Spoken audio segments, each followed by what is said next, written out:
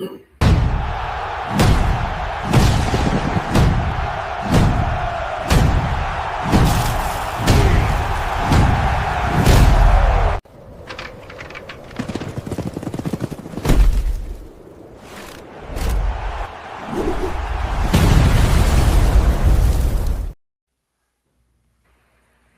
that an intro or is that an intro?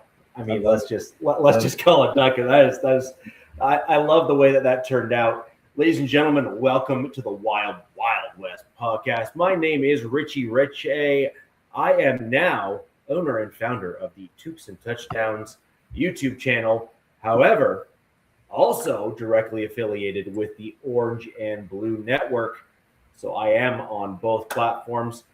Another thing, guys, I hope you don't mind, I just want to quickly give a quick plug. Orange and Blue Network just released a new website, orangeandbluenetwork.com. That's orangeandbluenetwork.com. You'll see my ugly mug in cartoon form on the show host page there as well, representing the Wild West podcast on the website there. You'll also get to see some of my written content, because who doesn't want the Queen's English to be posted on the internet more? And I'm going to be having some stuff posted on there for the network as well. I just want to thank Mile High Viking, a.k.a. Johnny Baki, for setting all that up, and Broncos Tiz, who's another member of the network there, for creating the website. It's pretty solid. And guys, I'm going to have a bit of a cheat code. I'm just forewarning both of you. Broncos Tiz created a Broncos 53-man roster creation tool for the network, like online, so that we can actually build out the 53-man roster.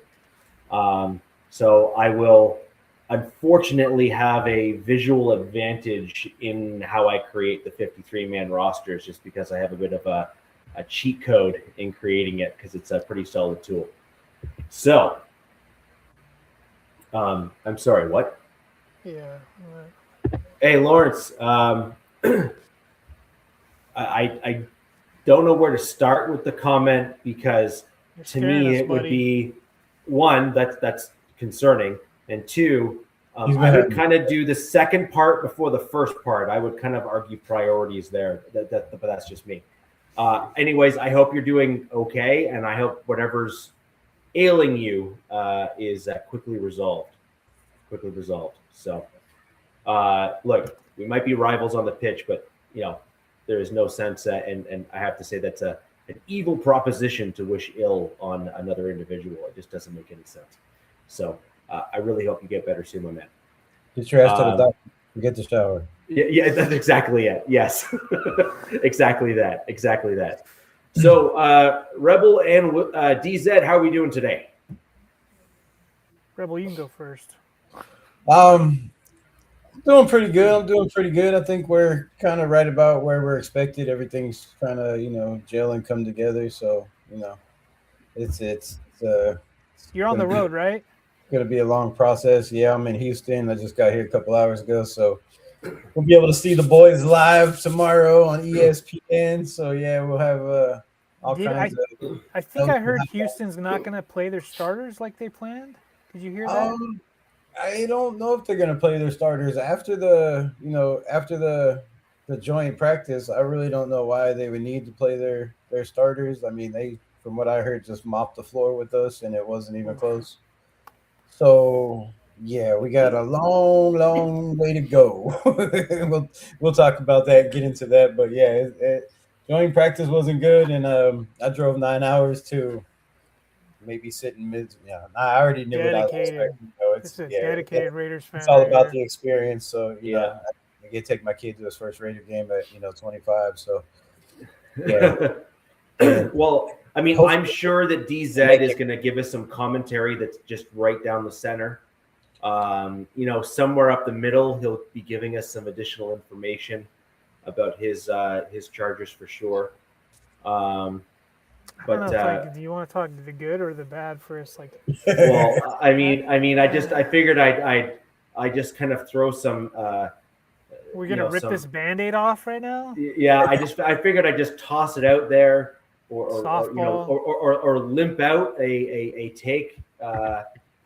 But either way, Richie, I don't know, man. I don't know how this happens again. Yeah, Like it's this is almost deja vu at this point. It's that gotta meme. be. It's Yeah, the Bill yeah, Murray meme. It's yeah. it's Groundhog Day again. That's exactly what just happened at the joint practice with the Raiders. And I don't know if the Raiders brought their substation down or what, but it wasn't just one. I think there was three or four guys that got hurt for the Chargers. But which is new? I mean, as division opponents or whatever, looking from the outside in, you're like, it's the same. It happens every year. But no, on a more serious note, lost our center for what looks like the season. Tyler Biotish signed a 3-year, $30 million deal and had our left tackle or left guard, Coyote Awashika, as I like to call him, Coyote Kawasaki, decided to throw a Niner D lineman right into the back of his legs laterally. Like, if you guys should just see the video, but it was bad. It was almost cartoonish the way that Biotis jumped up and like fell backwards. Just while he's in the air, he's grabbing his leg, and it's just it's sickening. It's so sickening, and you can point fingers everywhere, right? So if you zoom in right away, what the left guard did was just the dumbest thing you could do as an NFL player. This is a joint practice. I'm pretty sure they weren't allowing anybody to go to the ground in these joint practices. And he he was just doing too much. He threw the guy laterally, right? Like, there's so much chaos going on. He threw him laterally. He didn't just let him just go by, because there was a lot of times I watched a bunch of these highlights and lowlights, and a lot of the times when the O-linemen were getting beat, what they do is they just give up, because that's what you do in these types of practices or whatever. You give up, and then the defender will run by and tap the quarterback, and just go, do something like that. So now if I zoom out a little bit more, why did he do this? Well, let's look at this. This is my perspective, and this is a guy that they picked up from the Detroit Lions he was a depth piece. He wasn't supposed to start for them. He was a break glass in case of emergency type of guy. We lost that guy last year, Sawyer, who also, by the way, just had a season-ending injury, I think like 2 weeks ago, so he's done for the season. I think he was with the Dolphins, if I'm not mistaken. I'm not 100 on that. Anyways, so they got this guy, right? And I think they got him for like a 1-year, $10 million deal, something like that. And from the get-go, everybody's like, okay, that's going to be our starter at left guard, because under the Shanahan-style system, they don't really value guards, right? That's what we've been told. So what the Chargers did is they were like, we're going to go into this season with a 3-headed monster on the O-line, 2 tackles, and a center. And, and then they're just going to fill it out with the guards. Well, I look out, and I'm like, what they did is not only they say, okay, this isn't just your shot, they put him in a competition now with multiple other guys, with not just 2, 3, 5 other guys. They put him in a freaking competition. So now he's out there thinking he needs to prove a point in a joint practice. And Biotic. No, Coyote. I was thinking Coyote. the guy who yes. threw the D lineman. Yes. Just way too extra. But ultimately, who I blame is, I can point fingers at that player, which was stupid and dumb to do what he did. But I blame the GM. I blame Ortiz. The Chargers had, I think, this whole offseason we were talking about cap money, cap space, and all this stuff. I remember the Raiders had a ton. Chargers had a lot. Well, there were plenty. I think I wrote down their names. there was like 6 offensive guards available, and they didn't offer, I think, 5 of those. And we know that for a fact because an ex-Charger D lineman contacted these guys, and they said, no, the Chargers never offered me, didn't offer my agent. So the Chargers purposely went out, and I hate saying this, but they went out and they cheaped it up in the guard spot with the vets. And who's to say, I'm not saying this would have happened, this wouldn't have happened with another guard, but usually when you're getting a good guard in there, they're not doing things like that, right? They're not throwing guys to the ground, in a joint practice or anything like that. If the only time I see people throwing anybody to the ground, it's usually those one-on-one drills, like who's got the bigger balls kind of thing. It's usually the tackles versus the edge kind of guys. And that's the only, I'm like, okay, that's fine, but not in this drill. So anyways, we lost our center, and, he was a projected top 10 center this year. We talked about it, like everybody in the division, Creed Humphrey, Whataburger. And It's then actually Wattenberg, but I have poisoned the well. It is Whataburger to anyone that listens to the show. And then Tyler Linderbaum with the Yes. Raiders. And now what the Chargers are going to do is they're going to have to rely on a rookie center who, I mean, he looks like he's got a great future in the NFL, but, man, you're throwing him in the fire this year. You are going to throw him in the fire, and it doesn't make me feel all warm and fuzzy inside. And also, news alert, Slater hasn't practiced in like 8 days, and Jim does his coach speak, and supposedly he's practicing this weekend. We'll see. But, yeah, man. Remember, I think it was last week I was talking about that little chart I had where I was like, oh, we're like right here. It's almost pegging over. It's sickening, man. And I did some like research, and I'll get off this subject, but I was like, man, when was the last time the Chargers had like a healthy O-line? And it was probably 2018 was the last time they had a healthy offensive line. They had only like 1 injury on that line. And then 2021, they had a better O-line, but they had like 2 injuries on that line. I was going to say 2021, isn't that that was Slater's rookie year too, who did really well. The year that they didn't even kick the field goal? Yeah. So, yeah, man, I think the Bolt fam, we're all sick right now. We are just disgusted because it always seems to happen to the best players. It's never the backup players. It's never the 2s, the 3s, or the depth guys. It's always our top players, man. It's horrible, and I'm upset about it because the Spiotish guy, he was killing it in camp, man. So, the dude that hurt the guy your center hurt, was he a starter or is he just a backup fighting for a job? So he's the projected starter at left guard. Oh, so he didn't have nothing to prove. He's just going out there. Well, guess what? You would think you got to like the intensity, but you can't. You would think Rebel, but they put him in a position. This is just me as a fanalist, right? This is how I'm looking at it. They put him in a position where it's like, all right, like show us what you got, so you don't have to continue to compete for this job. Like cement this. You know what I mean? Like because they're like, well, Awashika looks really good, but Branson Taylor, but Jake Slaughter, all at left guard, and it's like, dude, figure it out. And Jim's like running this whole competition. He's like, well, it'll be 10 practices in, and then he says, I'm not close to making a decision. It's just I don't know, man. So really I have some interesting stats here for you, DZ. You asked a question, and I got curious, so I had to find the actual answer. Rock and roll.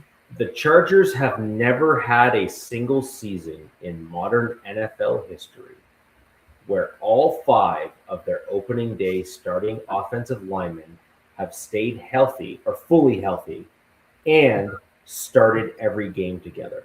They've not had a single season. Look, man, that tracks. Okay, so that's number one.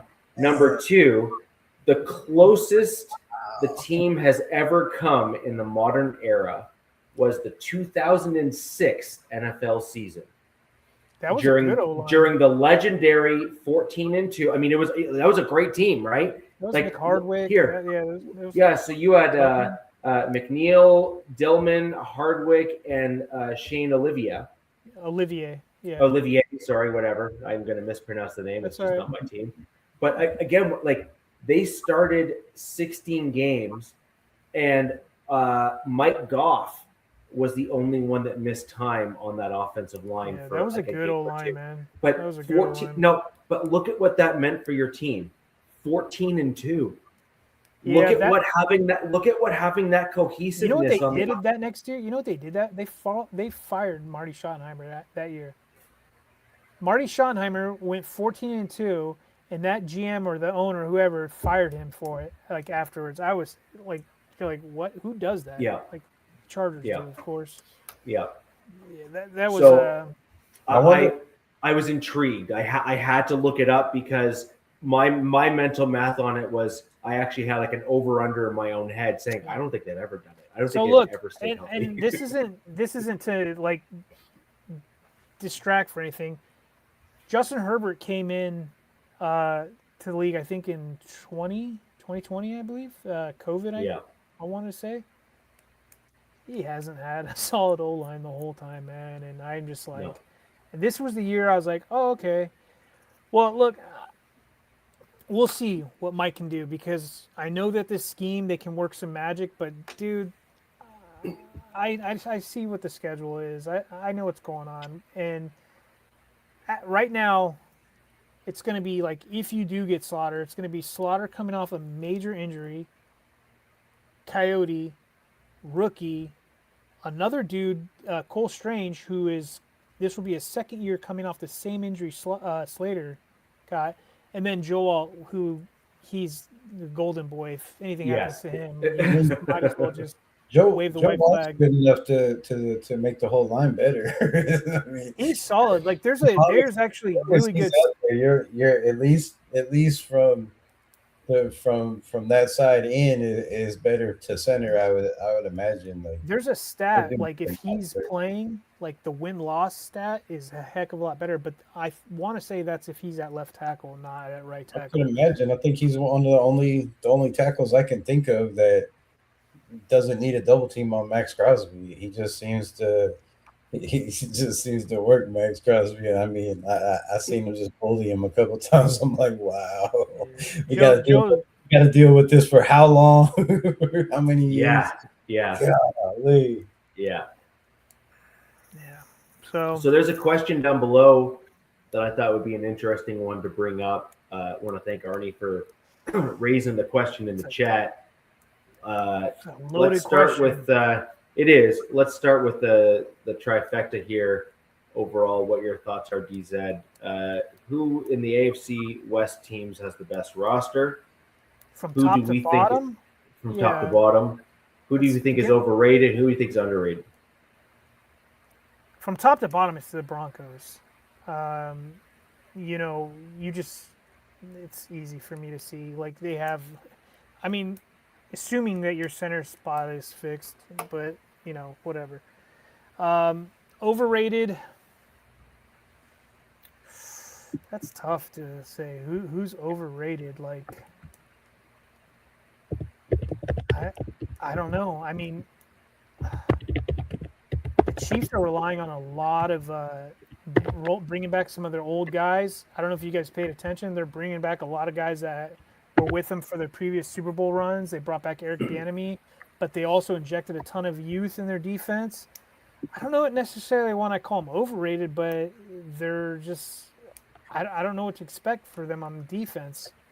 And then underrated, I don't know, dude. I don't know. I'm going to step on somebody's toes with this. I want to plead the fifth. I want to pull a Fauci here. Plead the fifth. No, you can't do that. You already started now. I mean, I think there's a lot of. I think every team has something that's underrated about them, and then I think there's obviously some overrated.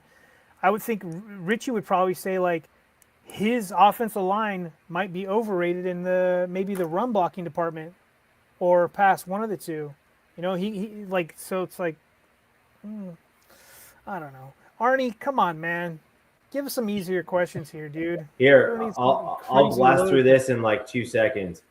I believe the Broncos have the best top to bottom roster. Yeah. I believe the Broncos are the most overrated within the division. In large part because because the problem that the Broncos have right now, and we saw this in the preseason, is once you get past that first wave and even into that second wave of depth in the offensive line for the Broncos, you start to really waver on the offensive line, which is pretty much normal for most teams. I mean, it's one of the hardest positions. But the problem is that we are seeing massive injuries to these big boys this season. Like, we're seeing offensive linemen just drop like crazy this year. Like, it is like kind of weird, actually. The Ravens just lost one of their guys who had to get carted off the center as well. Yeah. They're really kicking themselves about the Linderbaum. Right, and so I'm looking at the Broncos offensive line, and I think it's generally overrated overall. And the reason why I say that is that when we look at what happened in the playoffs, they were allowing a lot of pressure, and they really weren't allowing for running backs, even backup ones, to have proper lanes. They were able to move guys off the ball. In order to have an offensive line be deemed like elite, I'm looking at like what the Dallas Cowboys used to have, like the Great Wall of Dallas that was there, where they were just moving dudes and just chucking them out the way. And I'm looking at that as a benchmark for like the bar, as it were, to match up to offensive line. Pass rusher, I look at Von Miller as a bar to meet as a pass rusher at the outside linebacker position. They just don't make them like Von, man. That's what I'm saying. Like, I'm looking at these dudes and saying, like, this is the bar of excellent or great. And everyone keeps on saying my Broncos offensive line is excellent and great. And I'm like, not really. Well, that's what we get fed. They work really well together. Like this is the thing. They are a cohesive unit because they have worked together for like 2 to 3 years now. So you have camaraderie and all that kind of stuff. So like, I totally get that part. But they are not an elite unit at the offensive line, in my opinion, because in order to be that elite unit, you need to be the ones that say, I'm on the goal line, and 9 out of 10 times, I am moving the big boys out of the way from the opposing team, and we are running it right up the middle. Right. Yeah. That is an elite offensive line, in my opinion. And I think Sean went with your O-line. Like I think we talked about this last year. That you guys had a more of an athletic, lighter O-line compared to others. Well, that was we mentioned that on the defensive line. My defensive line was light and athletic, as opposed to the big boys that were kind of aggressive on the run and everything. Okay, I thought it was the O-line. My bad. I feel like the best roster is easily the Raiders in about 10 years from now. No, I don't go that far. I would say like just a few years. Probably like 3 or 4 years from now. You know, Brock, Canty, Mendoza, Mike Washington. I mean, the youth is. We'll get into it, but so right now, I would say the most overrated. I'm gonna have to go with the Chiefs because they don't have any Chiefs, guys in here, and they can't stick up for themselves. So, no, but honestly, Patrick Mahomes, I just don't like guys trying to rush coming back, from injuries like that. And if he starts day one, that's a concern for me. I know they tried to bring back Bieniemy. I just feel like Andy Reid, might be reaching that Pete Carroll realm where you're great, but the age is catching up to you, right?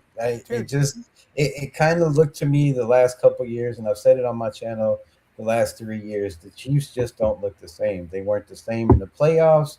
They weren't the same on defense. They weren't the same when they got in the Super Bowl against the Eagles and got their butts handed to them. They weren't the same the following year. And then, and then look where they're at now. So I feel the Chiefs. I see all these things on on mainstream media and ESPN and everybody, the Chiefs are still the best team in the NFL. The Chiefs are still the best team in the NFL. And I feel like from what they did last year with the injuries, they got a lot to prove. They lost a lot of bodies that hurt that team, and they continue to lose bodies this year. Their offensive line, we don't know what that's going to be. Kenneth Walker the third. I mean, what was he before Clint Kubiak? You know what I mean? Like, he had his best season with Clint Kubiak. So can Eric Bieniemy make Kenneth Walker what he was? So to me, I think the most overrated is the Chiefs, not just because nobody's here. And then the best roster, I think, is, not just because both of you guys are on here, but I really think it's, both of you guys have very, very deep rosters. I know the Chargers lost a center, so that kind of loosens theirs a little bit. But, I feel like both of you guys are in a position where, losing a guy or two during a season or, three is not going to hurt as much as it's going to hurt the Chiefs or the Raiders in the season, right? If something were to happen to our main guy, and y'all know who that is, I'm not even gonna put that out there, but it's another wash season for us on offense. I mean, so far, if you look at what we've done, I just don't see Kurt still having the arm to be out there and going and doing it. So yeah, I think you guys have definitely the Chargers and the Broncos. I would say the Broncos, just because of where they were last year, their O-line stays healthy. So yeah, and then underrated, I guess I have to go with the Chargers because both of y'all are, I think, very, very close. So yeah, I think the Chargers roster is underrated. Like you said, if Justin Herbert would just have the starting offensive line for even 3/4 of the season, not even a full season, I would hate to see what the man can do. But then again, he's got his mind wrapped up in something else, and we all know as men, when your mind gets wrapped up in something else, he's like a puppy dog right now.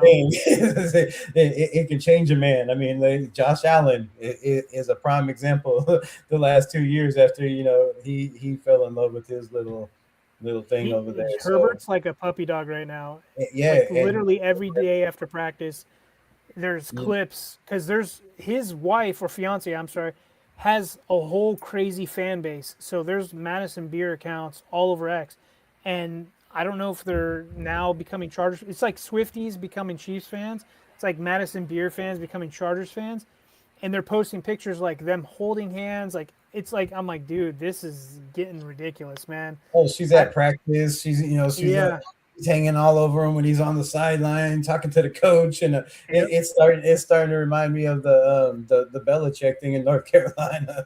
Yeah. I mean, I'm happy for him, and he seems to be there, all about ball. But it's like sometimes, like, dude, you got that fourth and a short or something, that QB sneak, and maybe he's like, oh, well, if I don't get it, I got to go home with her, kind of thing. You might lose some of that drive that you had for the previous 6 seasons. You know what I mean? I might have a turnover in the preseason, but the drive home will be well. I mean, go back to you said something about losing the center. What I think it does is it definitely lowers the floor of the ceiling of the offense going into this season. I think the ceiling can still be up there, but I think the floor gets lowered because there's a lot less that you're going to be able to do with a rookie center out there. That's just, no matter how good he is coming out of college, I have my concerns about him, especially what I saw in the Houston preseason game. Where was he drafted? What round? 2nd round. Oh, so yeah, so pretty high. I mean, he's up there with the JPJ. So you gotta, that. And let's be real, you drafted that dude, and he was in the draft class as being projected as a center, and not only just a center, but one of the best centers in the draft, which is very JPJ-esque, if we're going to be honest, in terms of what we were hearing coming out of the draft. Now, JPJ was known as like the aggressor and all these other things, but Slaughter was a guy that, if you remember, I actually brought him up for my Broncos, looking at him as he wasn't on my radar. I'll be honest with you. Well, I brought him up in our draft shows. Yeah. I brought him up in our draft shows. I Like remember. he's an aggressive kind of big, like he's the kind of guy you want on your team, but Kind he's of a going to smart take some time. Yeah, he's going to be a dude that's going to take a little bit of time to develop, which is fine. Yep. But the good news is that your coach, even though he might talk in circles, loves khaki pants. And No I more think khakis though. Khakis was a Niner thing. They did their gray pants now with the Chargers, but I get what you're saying. cool.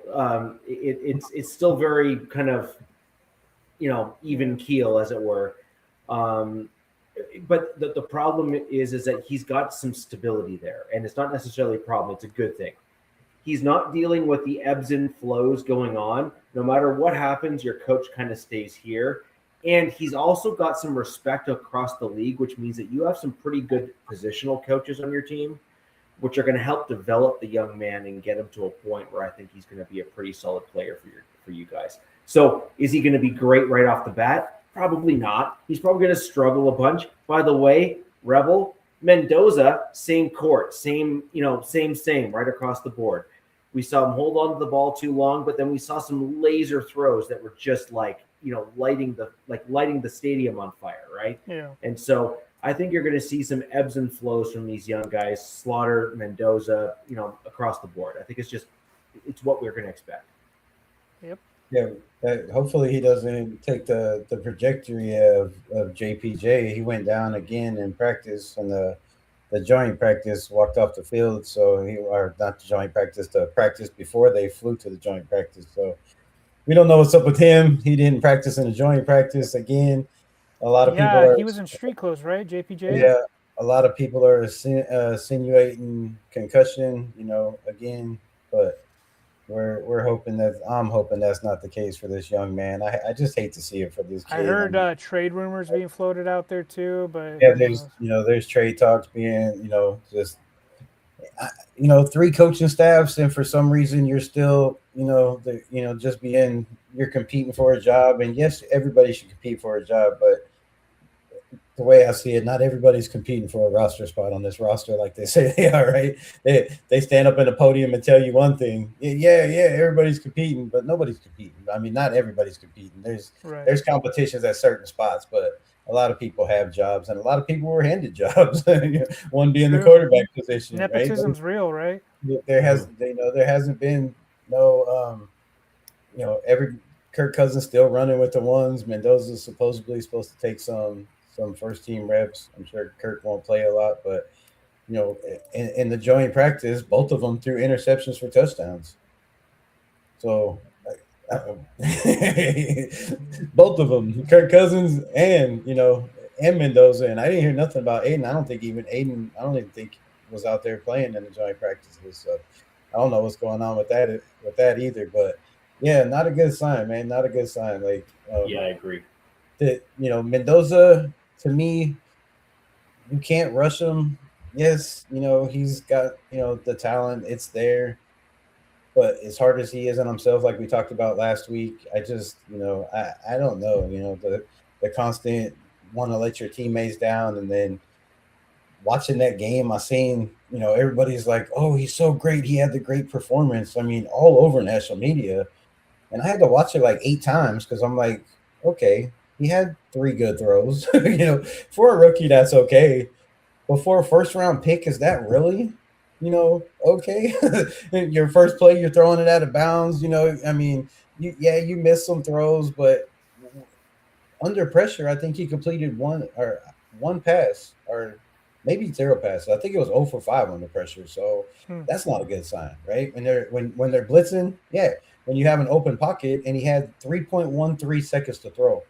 That was the I want to say third fastest, or the third most time out of the rookies in preseason to throw the ball. You're a first round pick. You have that much time to throw the ball. I think there should be better results. So I think you should be picking him apart. You should be picking these teams apart. And you're playing with the second and third string defense. I mean, you're a first overall pick. I don't know. So I didn't see the greatness, but again, they drafted him to develop him and sit for a year, and I feel like they did that for a reason. They know that it's going to take time to get him where he needs to be comfortable in the pocket. But I see all these, even Dan Orlowski's like, oh, he looks so great in his pocket and going through his progressions. And I'm like, is it just me? Is it just me? Am I hating on the kid? Because you're just being skeptical. You're just man, I'm just like that. I don't see what you're seeing. I don't see the hype. And if he's not ready, why are we hyping him up? Right? Why are we trying to give him a big head? Which oh, you're I think ready. what you're gonna Rebel. I think what you're gonna like is when you get away from the game scripted plays, like when you get Mendoza in a game, and they have their opening script of plays, and then when you're done with that, that's when you see the real guy, come forward, and that's what you really want to see. But you're also going to want to see solid offensive line blocking for him. You want to see guys not dropping balls. You want to see a running back who can pass block. So there's a lot of things that go into it with, trying to become a successful quarterback in this league. But yeah, not holding on the ball, not tapping the ball. That tapping the ball thing to me is a total tell. Every defensive player. What does he do? He taps the ball every time before I haven't seen him throwing the ball without tapping. He taps it and then throws it. So the thing is that he has his hands ready, and as soon as he's got to touch the ball. So it's like a tell. Yeah. So it's a huge tell. Like wow. They're trying to obviously get rid of it because you can see sometimes I think he was like, and it's messing with his head. I'm gonna have to go back and watch. Go back and watch it. There was a throw where he was getting ready to throw, and then it was like, and I swear he tapped the ball like 4 times and then took that sack, and I was like, it's not a major thing because it's preseason, and yes, you have plenty of time. You got Kirk Cousins in front of you, but those are issues. Those are mental issues that you have to get over, and that's hard to get somebody out of their head that's been doing it their whole career, and change it up and be like, you can't do this, right? You can't do this. And there's been a lot of players that tap the ball. He's also had to learn how to play under center too, right? That's a new thing for him learning how to play under center, learning how to roll out. I mean, you learn how to read defenses, and I'm sure Kubiak's playbooks probably, you know what I mean? Yeah. Like he said it himself the first day. He's like, well, I got the playbook and it's like drinking from a water hose. It's just coming so fast up, But so yeah, I don't know. I kind of feel for the kid because everybody, there's that high majority of Raider Nation that wants to see the kid play, and then there's the other half that's we haven't had a first round pick quarterback in 30 years, man. Like just play the kid. Why'd you draft him first round? So it's he's in a tough spot. He's got the weight of the world on his shoulders. You got guys like Ty Simpson. He's really hard on himself too, right? Yeah, and he's so hard on himself, and everything has to be perfect, right? Like when you tell him a play, he has to know why did you call this play? Why did you call it against this defense? Like, how's it going to work? What are the schematics? Like, you have to break down, and that, to me, that's going to take time. That's going to take time. It's got to be tough for him. First round pick, right? First round pick, and the guy that's in your building is Tom Brady, who is just kind of like that, was really hard on himself and his teammates kind of thing. So Mendoza's obviously watch Brady stuff. I mean, Brady's going to go down as the GOAT, right? And yeah, I don't know. I mean, you'd hope that the fan base is patient with him because there's going to be some problems. But the kid looks like he has all the tools to be a successful quarterback in the league, and looks like he's going to be the face of the franchise for some time now. So I think it's just the real fans should be patient and just understand that Rome wasn't built in a day. You know what I mean? Yeah, and the good looks good, but the bad looks bad. Right. When you're a first round pick, your floor is supposed to be a little higher. You know what I mean? Like the bad can't look that bad. And that. So I have a counter argument to that. The interception for the pick to what was like to what Rebel just said. So you have 2 problems right now. One of them is you have a young rookie quarterback who is incredibly gifted but is making some rookie mistakes. But you've coupled that with a rookie head coach who has really only ever coached veteran players. And so what I mean by this right now, and the reason why this is the problem that you've got an issue with, and why Kirk Cousins, in my opinion, is like he's your starter because Clint doesn't want to, he doesn't want to adjust. And so I'll tell you what I mean by that as well. In order to have Mendoza start and like work his way back up to an NFL caliber quarterback and kind of like build, stack stones, as it were, is Kubiak would have to completely modify his offensive playbook. Yep. And what he thinks he wants to do to adjust it down to make it simplistic for a rookie who's got to learn the NFL and the ebbs and flows. And then as the season goes on, Kubiak would then need to stack on more complexity as Mendoza gets more and more comfortable. Now, Kubiak doesn't want to do that because Kubiak has got something to prove to say, I deserve to be a head coach. And so you have this, you have competing.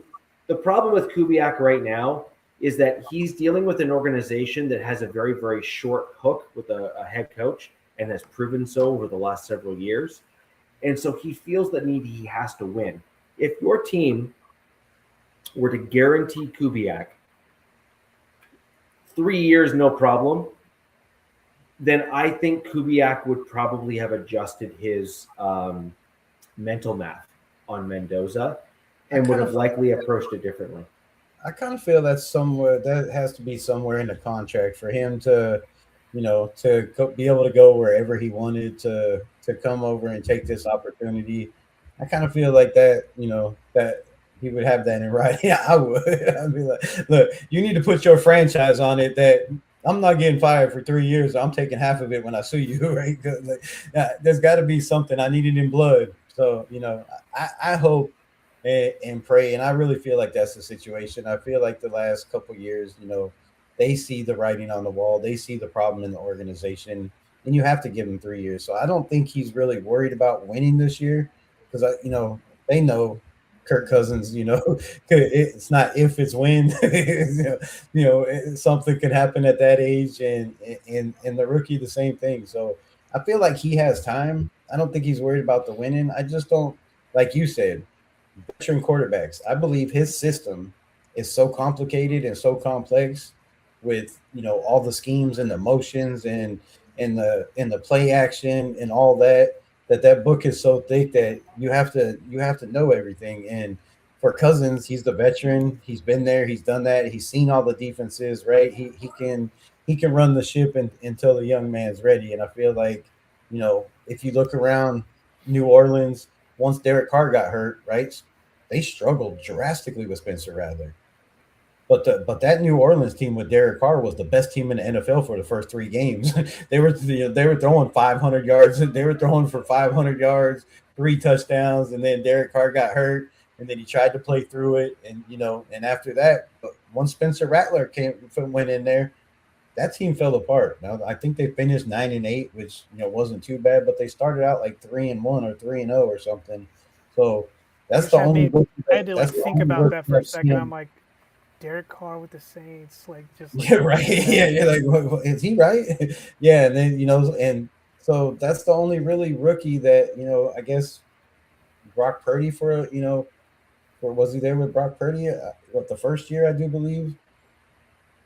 But you got Shanahan as the head coach, so that's a totally different story. So I just feel like he wants the comfortability in the system from the quarterback to, a veteran to go out there and run it. And he said it, before they even drafted Mendoza. In a perfect world, you have a veteran come in that can run the ship until the rookie's ready. So I see that. I feel like they're going to use patience with that, but. Let me ask you guys this. Do you feel like and I know you don't watch both, but do you feel like maybe they're going with Kirk no matter what because they don't want Mendoza to play and they're not giving him first team reps? But do you feel like it's hurting him not having the opportunity to at least compete for a job right now? I mean, whether he's ready or not, shouldn't he at least be getting first team reps to see what he's? The way I see it is the Raiders are being ran completely different than what you've been used to for almost 20 years. Yes. So I think what bringing in Kubiak, and this is just my outside perspective, right? I think what they're doing with Kirk is going like this. Kirk is he's gonna be running with the ones, right? And what they want to do is setting an example for their future face of the franchise. Be like, watch how he does it. This is how you're gonna do it. Instead of just throwing him into the fire and then screwing with the kids. What's that word I'm going for? Screwing with his like confidence, Yeah. right? So they're gonna be like, look, dude, we're gonna roll with this guy, and until it comes crashing down, or like you said, maybe Kirk's arm, whatever, something happens to him, then they'll put him in there or whatever. But competing, I mean, give him reps with the ones, sure, a few reps, but like I said, I think they want to do this the right way because he's going to be there for the long run. So it's like, look, watch this pro. People say whatever they want about Kirk Cousins, but he's a solid NFL quarterback who's pro. He's done it at a high level, in many stops. So I think they just want him to just follow his lead, I guess. He's already starting to answer like him in interviews when anytime they interview Kurt, like while they're talking, he's like, yeah. And now Mendoza's he's like, yeah, well, let me tell you. I'm like, oh my God. He's turned into Kirk Cousins already. You'll never have any off-field issues with him. Yes. Yeah. That's that's a good thing. He's definitely all about that work and getting better. And I don't know because they were asked. Kubiak was asked, "Will the starters play against Houston?" And he said, "We'll see." So I don't know if nobody knows. Every week it's a crapshoot on who's going to play, who's going to start. Max didn't play at all, in the first game. So, and I think he was very upset about that, not even getting out there. Like he was on the sideline, you could see that red beard was matching the rest of his face. He didn't look like he was very happy. So yeah, well, I don't know if they're gonna, if they do put him out there. You got to put him out there at least with the first team offense for a little bit, right? Maybe they do. Maybe they do. Drive or two, like, but then you haven't been getting work with them in practice. So how familiar you are, you're not very familiar with the center snapping the ball or the receivers you're throwing the ball to. Like, I don't know. It's that doesn't matter to me. I think, in my opinion, you asked the general question, do I think it's hurting him? Ultimately, yes. I think he should have a game where he is given an opportunity to show himself with the ones in preseason. Not necessarily in practice. I think he needs to go cold and go in to start the game with the ones in preseason. At the end of the day, you made it the most important point, and this is where DZ, I think we kind of depart from one another's takes a little bit. Kirk Cousins is 38 years old. The Raiders are a fledgling organization, or at least a new organization with the current regime. So they are starting kind of from scratch with what they have now. They have a GM. They have a new coach. Bricks. They're trying to stack bricks. They're trying to do the thing. By the way, that's not an insult to Raiders fans. I'm just kind of calling what I'm seeing. But they're trying to do it the right way. You can totally tell how they're doing things. They are attempting to build a team using the right kind of foundational pieces and to do the right thing, which to their credit is, I hate to see it, but I love to see it because it means that the Raiders are going to be competitive again, right? Now, what that means for Mendoza, under no circumstance should any team ever be telling their rookie quarterback in the first round that they don't have a shot at winning the quarterback competition. Ever. Now, was said? does that mean that? Pardon me? Was that said? Because well, they're basically saying that right now. They're not giving him any first team reps in practice at all. I got you. They're not giving him any opportunity in the first preseason game to play with the ones in any way, shape, or form. And I would argue, if I'm going to be honest, from what I saw from that game there, I would like to have seen Mendoza with the ones behind a better offensive line and a better back and some better weapons on the offensive side of the ball to see what he could do with those guys in preseason. Going back to Kirk Cousins, okay, so here's Rebels team right now. Kirk Cousins is now in game 4. He gets his geriatric rear end kicked out of the game because he gets run over, bulldozed by a 340-pound defensive lineman that just like ravishes him behind the line. Okay, cool. But now you've got nothing. Like Mendoza is then coming in. Again, I'm just saying in theory here. No preseason snap reps whatsoever in game situations with the ones at all ever. No practice reps with the ones ever. And then you're saying, now, dude, now go. That makes no sense. It literally makes no sense to me, especially given the fact that you drafted a guy in the first round. Now, I was against Bo Nix being named starter day 1 for my Denver Broncos, and I maintain that decision because I saw some real challenges with his game. So part of this is also what you think your quarterback's going to do. Do you think your quarterback's going to live up in their head and basically tank their career by acting like an idiot because they can't get out of their own way? And if the answer to that is yes, then I think you have to hold him back and have to help him. If you think that the quarterback can get out of their own way and kind of have a goldfish memory, like what last play? What last interception? I have no idea what you're talking about. So if you think that quarterback has that sort of a memory or that sort of a playing style, and I think Bo Nix fits the latter rather than the former, I think that he is well suited to come in and step into play more readily than a guy that lives in his head. So like Tom Brady has the mental mindset to say, I'm pissed off that I made a mistake, but I can do better. And he then elevates himself in the face of pressure. Bo Nix, I kind of see a little bit of that mental mindset in him, especially with these fourth quarter comebacks.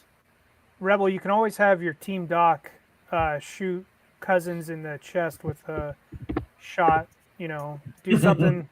He could take the Herbert arc where Herbert wasn't supposed to play, wasn't supposed to start, and they're like, just kidding, dude, get in there. Yeah. The starting quarterback can't breathe. Brissett, right? No, it was. Wasn't it Jacoby Brissett?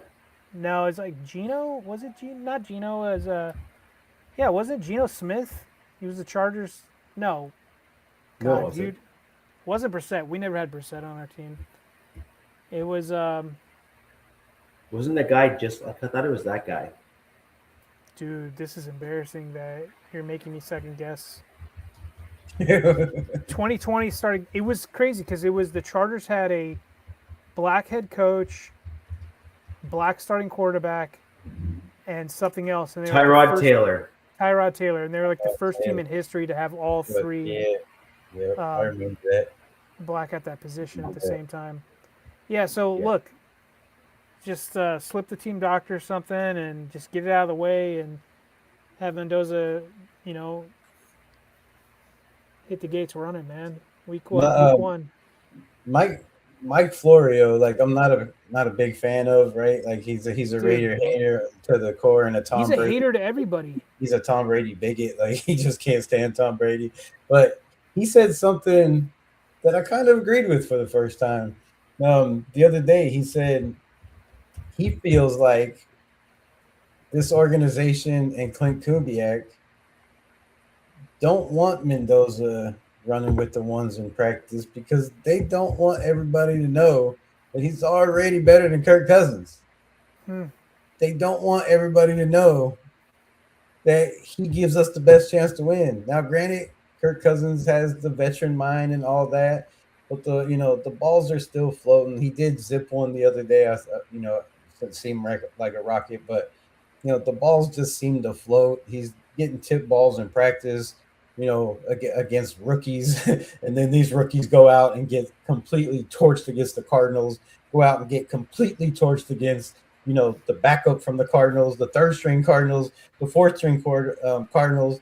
The Raiders didn't have an incomplete pass against the Cardinals until the third quarter. Wow. Jacoby Brissett, Gardner Minshew came in perfect. Jacoby was like 8 for 8. Gardner Minshew was 11 for 11 or 14 for 14 something. And then the backup came in and strung his 8 or whatever 9 together before they finally broke up a pass. But Kirk Cousins is completely shining in camp every day. So they're saying, right? Oh, he's killing it in the red zone. 5 touchdowns in the red zone. But that's all I ever hear is touchdowns to Brock. So Mike Florio, it made me think: are they really just so stuck on going with Cousins, and they don't want Mendoza to play this year because they don't feel he's ready? It just doesn't make sense that you're at least not giving them first team reps, at least not letting them compete. Why is there not a quarterback competition? It just doesn't. Well, no. You don't want that. What you actually want, and I'm like in this like weird spot about how these things like should work, and so I'm curious to see where the chat is at this and whatnot. I do not think there should be a quarterback competition. I do think that the rookie should be told and the veteran should be told that if a rookie outplays you, you're QB2. So, and I believe the rookie should be told if you outplay him, you're QB1. And a team that I look to as a reasonable example of how I think things should be ran is the Seattle Seahawks when they drafted Russell Wilson. I think that is a solid approach to a circumstance like where you're in here. You have a quarterback that has a bunch of skill sets that are elite or way better than the starter that you have, but you also don't know if the dude's going to make mistake after mistake. So at some point, you need to be able to throw the guy a bone to say, we're not going to say no, but we're not going to say yes either. And I think that is the actual approach. I think that's the correct approach, because you don't want Mendoza to have this false sense of hope that he's just going to be gifted a job. And you don't want Kirk Cousins to say, so what, you're telling me that I can never start in the NFL? Why did I even bother coming here? And so I think you make it completely fair across the board for everyone involved. And you force the guys to both be better. Yeah, forcing everybody in the room. Well, that's Mendoza, when he was asked, how do you feel about the quarterback competition? And Aiden O'Connell, too, they both said the same thing. They say, we're not competing against each other. We're competing to make each other better. And I thought, I don't know, maybe it's just a Raider in me. I'm like, if you're not competing to beat out the guy in front of you, why the hell are you playing football? Why are you here? If they're trying to convince your quarterback you're not competing against this guy, you're here to make this whole quarterback room and this team better, which that's great. But that's, to me, just saying, look, we don't want you out there trying to outperform Kirk Cousins because we already know you can, right? We know you can throw faster. We know you can throw farther. We know you can escape the pocket better, right? We know you got more mobility. You can pick up yards. It's just the fact of knowing when to throw the ball and having timing and throwing guys open and reading defenses and not making mistakes. I think that's once that all comes together, and for a lot of rookies, that comes together by playing. Some people learn better by getting play time, right? He might be a kid that sitting on the bench might ruin his career because he might be like, man, I need to play and keep playing. That's my motivation. So I just feel like it started out, they were like, well, we don't really have a starter. And then it was, Kirk Cousins going to take the majority of the first team reps. And then after last week's preseason, they said, Kirk Cousins said, or Clint Kubiak said, I talked to my staff before this, and we need to come up with a plan to give Mendoza more first team reps. So right. Everybody, and that is the right approach. No, but that is the right approach. That's exactly what I'm saying is, look at what we saw from Mendoza in that game. He threw a dart. Like it was a laser throw where he threaded the needle as a dart right up the middle on a seam route to coverage. Correct. But he just like right up the middle, and it was a great throw, like a spectacular throw. He also extended a few plays and made a couple other nice throws downfield. Handed the ball off well as well, which was a great thing for your team as well. Washington had a fantastic run there as well. But overall, he earned himself, and this is, by the way, this is what I'm saying. This is the correct approach. Earn it. Which is, dude, Rook, good for you. First round pick. You done good, kid. And this is what we wanted to see from you. Here is some first team reps during the next preseason game, because you're going to need some first team reps, because you're definitely the guy that we see as our future. But you're only going to get these if you continue to step your game up and show that you have earned them. And that is the correct approach with a young guy like Mendoza. Because you're forcing him to earn it. You're forcing him to earn it. I like that approach too, the earn it factor. But to me, isn't that a double standard when you tell your rookie you need to earn it, but we're just giving Kirk Cousins a job? No, because you don't want to be the first round. I guess maybe you might want to be the first pick again in the draft, because then you get like one hell of a I don't think we can afford to have any more first round picks. We can't afford to pay him. But the point is that you don't want to be picking as high as you were again. You want to show your team that you're progressing in an upward trajectory to keep a guy like Max happy, to keep some of these guys that you're going to need to re-sign wanting to re-sign with your team, and not have to overpay them to keep them on your roster. You're going to want to start showing that you're in an upward trajectory as a team, and not kind of plateauing in like the lower middling part of the NFL. You want to show that you're turning the corner as a franchise, and I think that's fair. But you don't feel like that could be a double standard in the building when you're coming in and you're trying to change your culture and you're telling guys you need to compete for this job, you need to compete for this job. But I'm bringing in Kirk Cousins, who's 39 years old, coming off two of his worst seasons and 2 years removed from an Achilles, but he's not having to compete because of his body of work in the past, right? Like that. To me, that's how do you build a culture and get people to follow you when you're showing double standards. Like, you got to compete. We're bringing in this veteran, he's got to compete. We're bringing in Kwity Paye, he's a veteran, he's got to compete. But we're bringing in Kirk Cousins, and you're just getting first team reps because we believe you're the best quarterback because of our past jobs, sure, our past friendship. Sure. Like, to me, that just like every team and every player has to start somewhere. We went through the draft. Yeah. And you drafted guys to come in to compete for those starting positions to make your team better. And we moved from the draft into the preseason. And your first round draft pick, or any draft pick, you're going to want to compete for their position. And you have a starting roster order on your team for a reason, which is, number one, to force a veteran to show that they need to keep their job. And two, to give a rookie or a young guy an opportunity to earn the starting position, which is the better option for most teams as we're looking at this. And that would be a guy like Jared Stidham. That would be a guy like Sam Ellinger. That there's a whole host of reasons why you want to operate your team in that regard. Just super quick to answer this, and I want to jump right into our analysis of our respective preseason games, which is Bo Nix beat out Zach Wilson and Jared Stidham. Now, Wilson, if you remember, MILF Hunter, right? is the MILF Hunter, soccer mom lover, however you want to put it. Basically no minivan is safe. And then Jared Stidham. And Jared Stidham was a little bit better in terms of how he looked in preseason than Wilson. But then Wilson, as the season went on, I actually thought was looking quite good.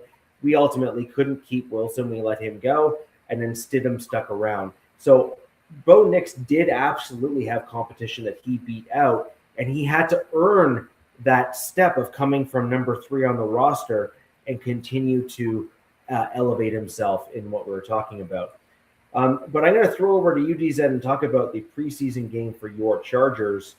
to give us a bit of a breakdown, what you saw, what you liked, what you didn't like.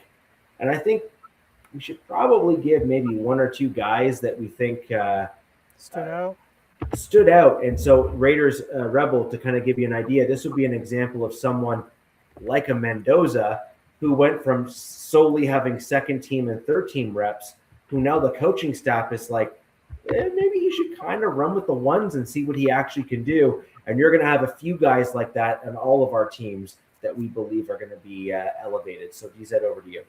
So the Chargers played in Houston. It was a backup bowl. They didn't have any first team, there was no first team offense, no first team defense out there. Same for the Texans as well. It's different because I want to say the Chiefs, Broncos, and Raiders all had first team series or reps. Yes, I going did, in this first season. Yeah. So it was a fun game. Actually, believe it or not, I think I put a post out that on X saying how refreshing it was to see a system being ran, decently in preseason. Is that saying it was perfect? By no means was it perfect. Chargers ended up handling this. I mean, I know we're not supposed to keep track of score, but look, we play the game to win. 27-7. And to be honest with you, the touchdown the Texans got was off a ticky-tack PI, which could have been offensive pass interference. The defense held Davis Mills I think under 100 yards. I think it was 82 passing yards or something. Chargers first downs 23-10 to the Texans. Now the Texans did lose one of their quarterbacks. I don't remember his name, but the turf monster bit him, and I think he went down with an ACL non-contact thing. So that sucks for him. So Davis Mills had to come back and play the rest of the game. So he started, and then the other guy came in, and then anyways, I think the Chargers ended up coming away with this just shy of 400 offensive yards. The thing that I saw that I really liked was the physical nature that the Chargers played with against the Texans. I mean, everybody talks about the Texans, and rightfully so, because their starters are going to be really good, but the Chargers, I call it the 2s and 3s. They looked good. They were fighting for roster spots. It looked promising. Yes, there were some sloppy plays, some sloppy moments. Sure. One thing that I'll talk about, which is going to come in and probably have to help the ones, is in that game, the offensive line, the combinations offensive lines, because there was many of them. I mean, at one point, there was a offensive line of just all rookies that the Chargers had out there, which was kind of surprising. But through the whole game, the Chargers only gave up 4 pressures, offensive sides, which between 2 quarterbacks, which I thought was pretty impressive, especially going against some of the guys that were on that Texans. The Texans had one of their ex-Charger, Naquan Jones, who did sack one of our guys, and rightfully so. But it's got to be promising for Slaughter. Sure. So Slaughter, This is what I was trying to look for earlier when we were talking about this. I think he did really good in one aspect and kind of poorly in another aspect. And I want to say he did good in pass blocking and struggled in run blocking. And that tracks from what I've been hearing about him in camp. So, but I'm not 100 about that. I have to go look. One thing I noticed, though, also, the Texans had a ton of penalties, and I know I'm not talking about the Texans, but they had 10 penalties. So Raider Rebel, that's something to keep track of with your game coming up. They look kind of undisciplined. We had 8 last week, so I think we had 6. But that's good because you guys are always a high penalized team. So if you guys can bring that down, that will save your bacon going into the season. A lot of games. What was that? Didn't you guys beat them 26-4 or something? 24-6? It was 27-7. That was with Trey Lance and DJU. I will You're say ruining my this. trip. What's that? I said you're ruining my trip. No. That's if we can at least be competitive against the Chargers. I mean, against the Houston Texans, and you guys beat them like that, we have no chance in the AFC West. No, I think. Yeah, I guess it depends on who you guys are starting and who you guys are playing. This was like all the backups, but another thing, Richie, like how I hate like using PFF as an example, but like I rewatched my game, I think 1.5 times. I watched everybody's game. Like I watched the first with the Raiders, I watched the first with the Broncos, and I watched some of the Chiefs game as well. But I didn't go back to those. So what I know about your guys' games just from what I watched, at that time. But I think the PFF.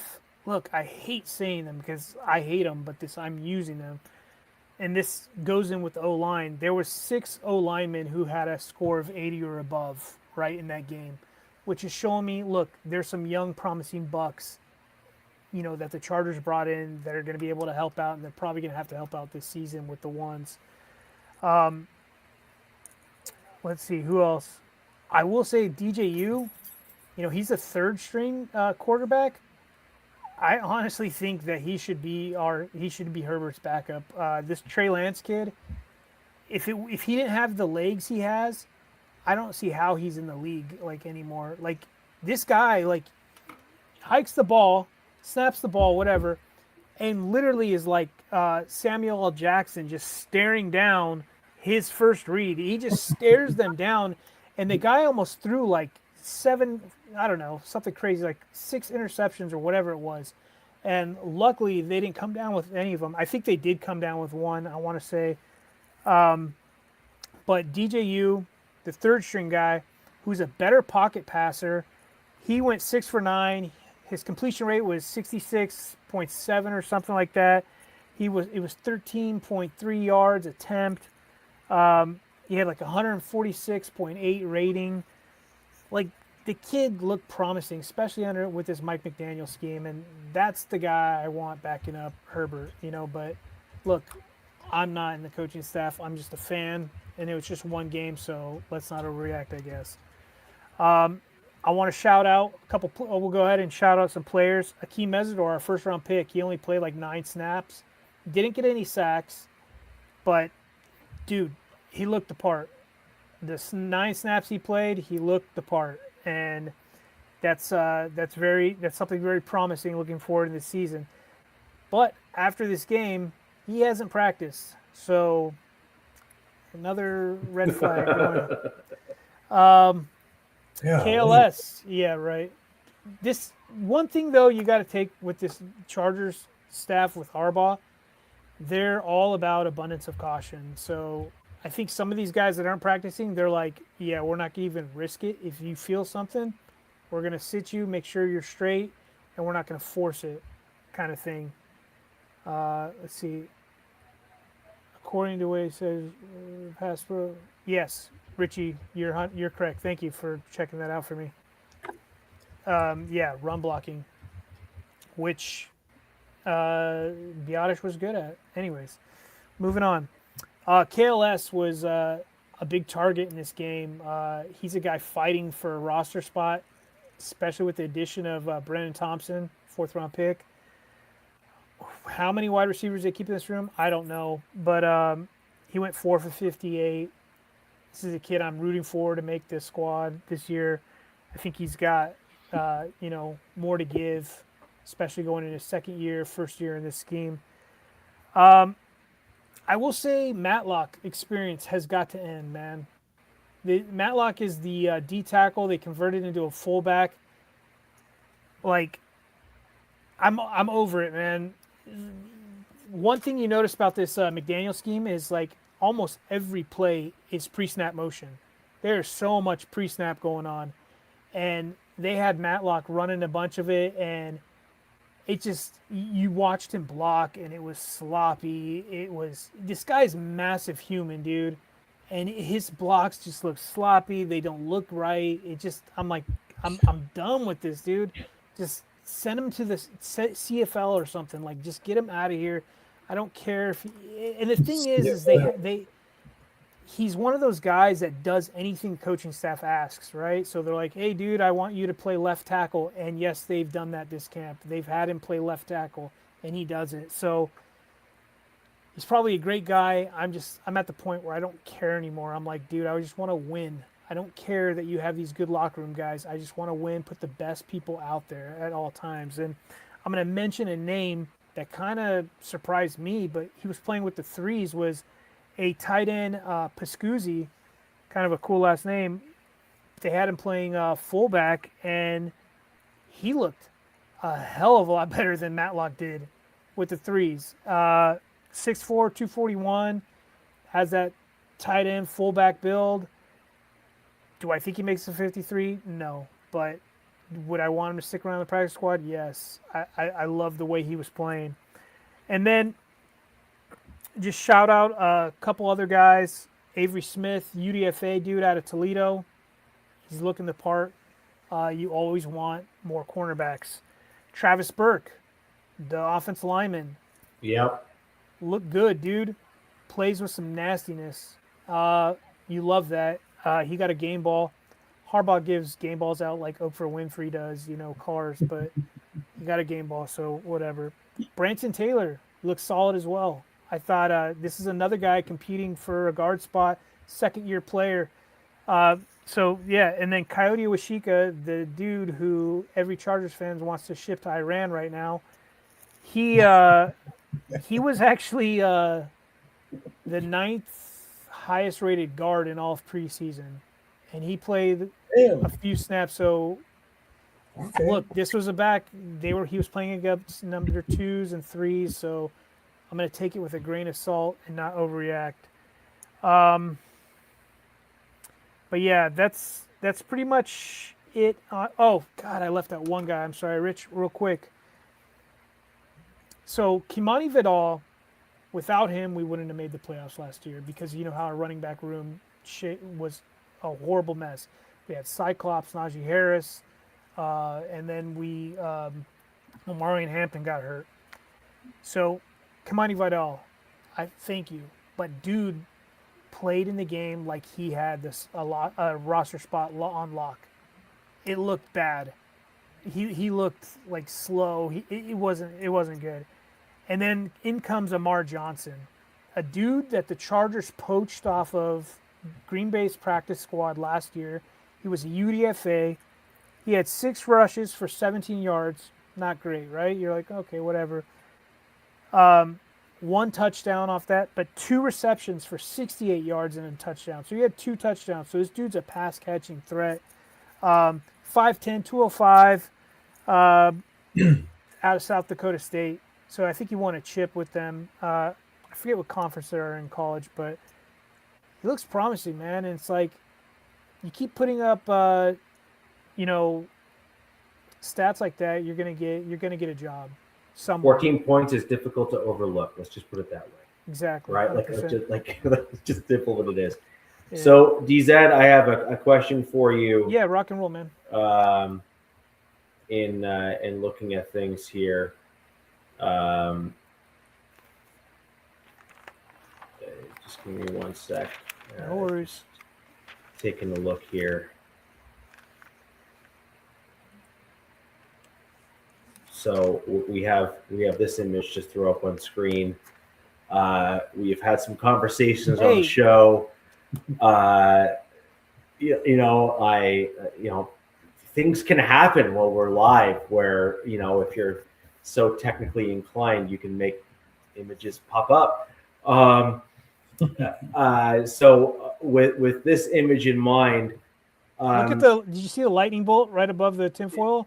Yeah, exactly. Yes, exactly. I thought it was perfectly edited on my part. But in looking overall, where are you at from wearing your Chargers baseball cap to this tinfoil hat on your Chargers and your offensive line injuries? Like some of these injuries that your team is personally suffering, like it is transcending coaching staffs, it is transcending. Like the only common thread is the ownership. So I have some just general questions, like where are you at on this? Like I'm genuinely, again, to be simple about it, I think we're cursed. I think the organization's cursed. I think the football gods hate us because it's like, why do you keep doing this to us? Like, why? Our fan base got fractured. We moved, like this whole thing. We played in a effing soccer stadium. We share a stadium with the Rams. Like, it's like, why do you guys? Why are you testing us? Like, but we are the few, the proud. I don't know about proud, but we are the few Charger fans remaining, and you keep testing our loyalty and patience, man, with these injuries that happen for reasons I have no clue about. And you can't say that it's strength and conditioning. You can't say any of this stuff because guess what? The Joe Alt and the Biotish were self-inflicted from their own teammates, essentially. You know, what happened to Joe Alt last year, he was coming back from a sprained ankle and had Trey Pipkins, who, for whatever reason, they decided to give him $10 million to have him come back and terrorize this squad for a few more years. He just olayed some dude who came flying in like a rocket and just blew the back of his ankle up into a million pieces. And then you bring in Coyote Awashika, who had Trey Pipkins right next to him, helping push a guy into their starting top 10 center that they just got, who we thought would fix the whole F&O line. And then you go to Slater, who had been dealing with knee pain since 2022, right? Like, and then they overlooked that somehow and decided to give him $114 million. So it's like none of these, it's just incompetence. It's just bad O-line management, however you want to say it, however you want to call it. I don't know, dude, but I don't know. I'm starting to like get on Google Maps, be like, are there substations near the practice facility? Do we have what the freaking Niners have? Is there something? Did they build a practice? It's all the smog in the air in California and the something, pollution. dude. Did they build a bolt in El Segundo on an Indian burial site? What happened? What happened, dude? What's going on? People are brittle, man. It's the 49ers, the Rams, like everybody gets hurt out there. Look, yeah, D-Rock, like, is the Chargers, like, seriously, is it near an electrical substation? I asked him for a friend. I don't know. I have to figure it out. There is a giant. I bet there's one close. There is a giant, like, electrical towers.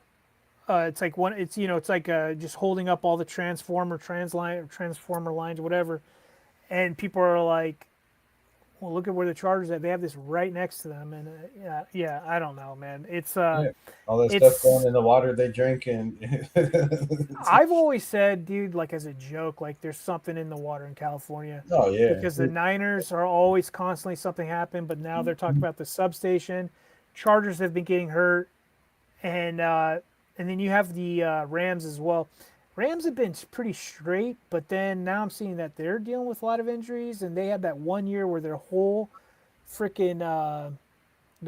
roster was decimated that 1 year. I think it was like 2 seasons ago or something, if I'm not mistaken. But look, to make a long story short, with the offensive line, there's some dudes, Rich, Rebel, there's some dudes. They drafted some guys, but they're young, man. They're young and they're raw. And it's just, you wanted to give him another year. That's what I want to do with Slaughter. I wanted Slaughter to just be that backup. And I wanted him to do the Mendoza thing, the way I feel Mendoza. I wanted him to just sit and learn and figure it out. Look, if you were to look at a picture of Jake Slaughter, if nobody in here has ever looked at him, look him up. He looks like the dude I was dealing with at Home Depot, man. He looks exactly like that guy, just a bigger guy. To me, it looks like he needs to put on some weight for that anchor. Put on a little bit of muscle, a little bit of weight. I'm not saying he's not going to be great, and now we're talking about the centers that are behind him. UDFA, Jake Spomer out of Fresno, 6'2", 290. We're not in college anymore, bro. This is the NFL. You need to be like 3-something, dude. And I'm preferably a couple inches bigger than that. There needs to be a 3-something Yes, a in that weight of 3-something. your a And then- 3-something. Everybody's talking about Jake Spomer, right? They're all talking about him. He's this guy that we got. But for some reason, I don't know why, no one's talking about Kaltenberger, who we have, he's going in his second year. I think he's out of Maryland, if I'm not mistaken. Don't quote me on that. But he's like 6'4", he's 3-something. So it's a lot of unknown. And guess what? The whole league has got a center issue. Everybody's down centers right now. So good luck finding anybody right now. I mean, the Ravens literally today just lost their backup, right? And they're already struggling and fighting after they lost Leonard Baum to the Raiders. Richie, you guys, went down to 4 or whatever, so you probably ate up some. I'm not going to lie. That's the one spot that I'm actually not concerned with my team on. Right, because they're not serious injuries, right? No, it's not even that. It's just like I have 6 starting caliber centers on my team right now. That's wild. I have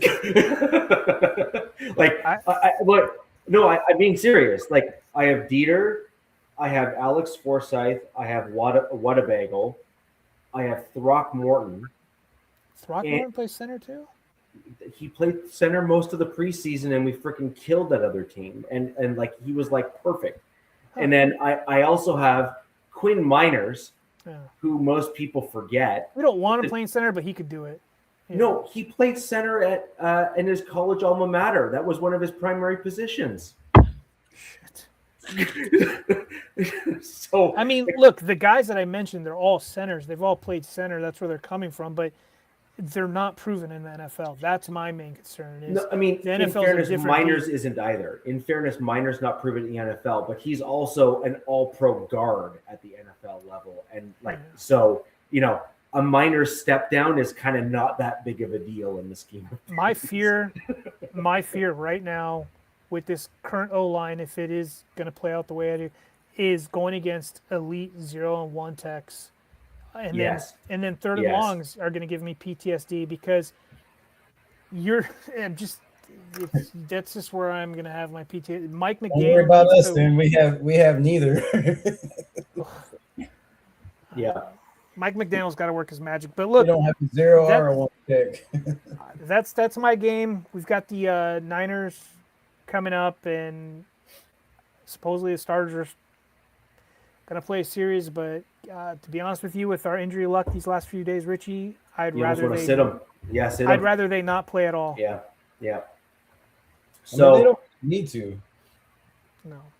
Well, there is some stats in like the postseason where we have one more game too. Yeah. So we're getting in some interesting territory right now where we're going to start getting some long haul stats on whether or not you play your starters and if they get hurt in the regular season or not. I'm super interested in a bit of a meta-analysis on that. By the way, just for those who don't know, my day job is in the technology field. This is like what I do for a living. And so data analytics and stuff is part of my role of what I do for work. And so I'm going to be putting my skills to good use, and I'm going to look at some of the NFL injury stats on this because I'm just curious. But I think a meta-analysis is going to be important.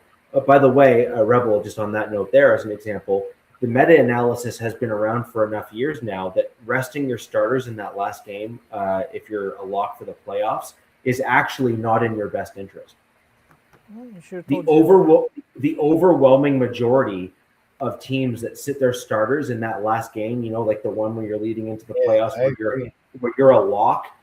I'm sorry, but the overwhelming stats are going to show that you're a one and done playoff team. To be fair, that has backfired on us. Staley did play Mike Williams in a meaningless game, and he broke his back, and we lost him for the playoffs. So sure, but again, you're cursed. We've already established that. This is it is what it is. Like one way or another, you were screwed. The football gods don't like us having shiny toys or anything. Yeah.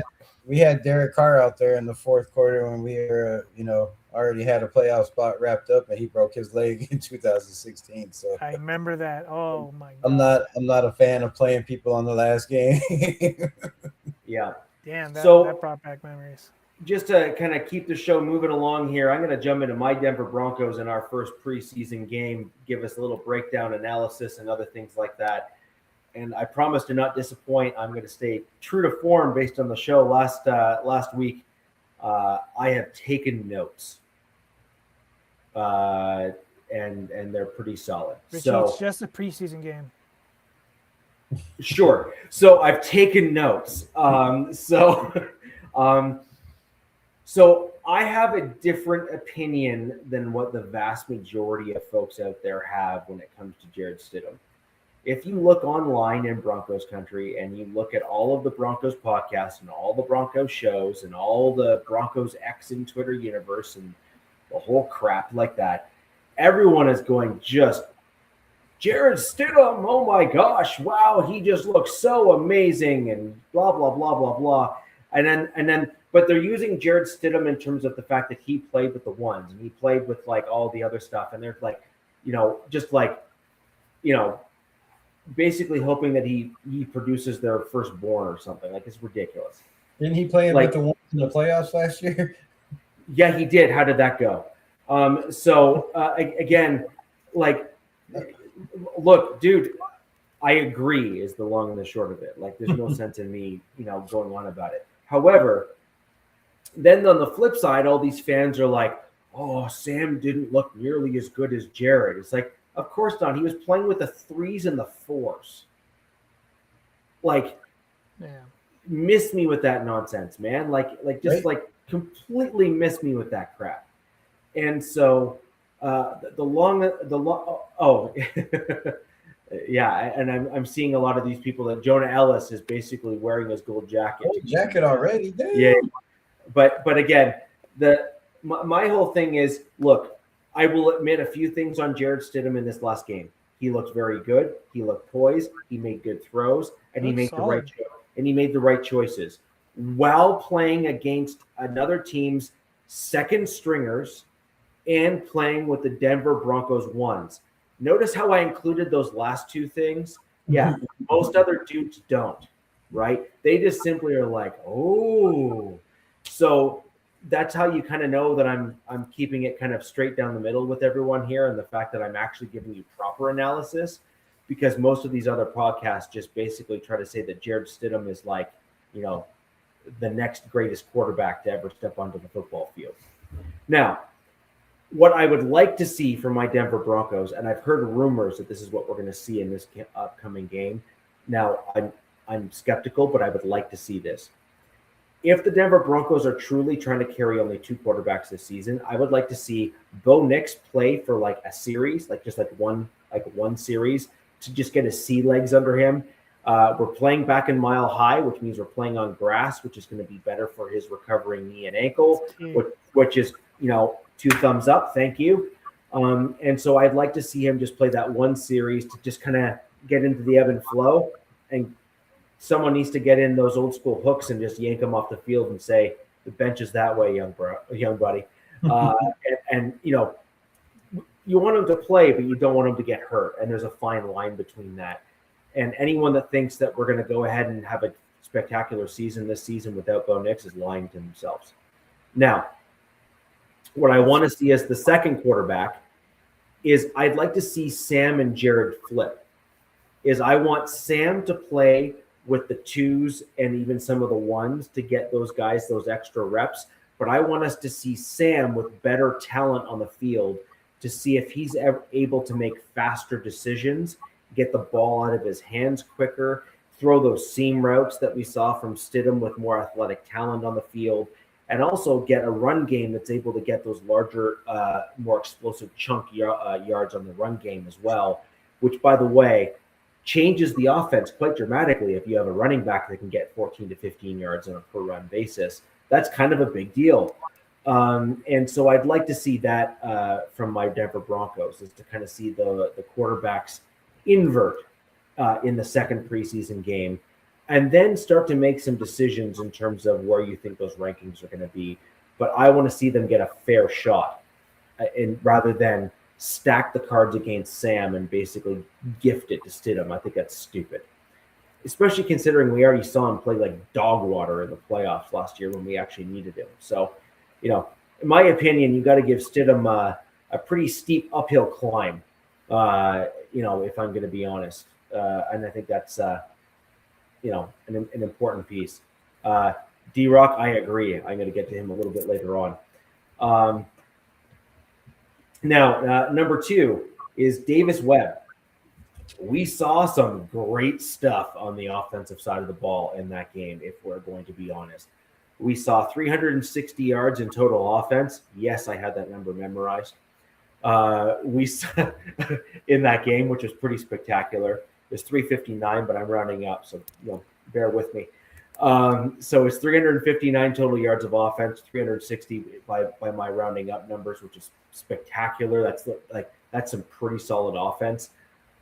Keep in mind that we pulled our starters pretty early on once we went up by 2 scores sort of thing, and we started to really bring in the backup talent and stuff like that on the roster. Was that at the half or?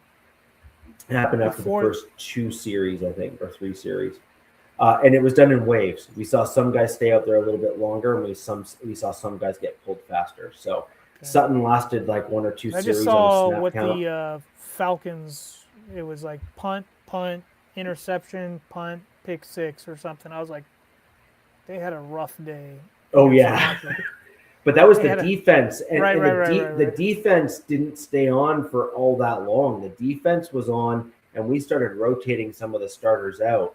Our defense, I'm not – this is like you kind of know that I'm telling the truth because I will slander my team like nasty. Pretty harsh. They're wicked. Like our defense is solid. And that just, it kind of goes without saying at this point. I think we have some real opportunity there.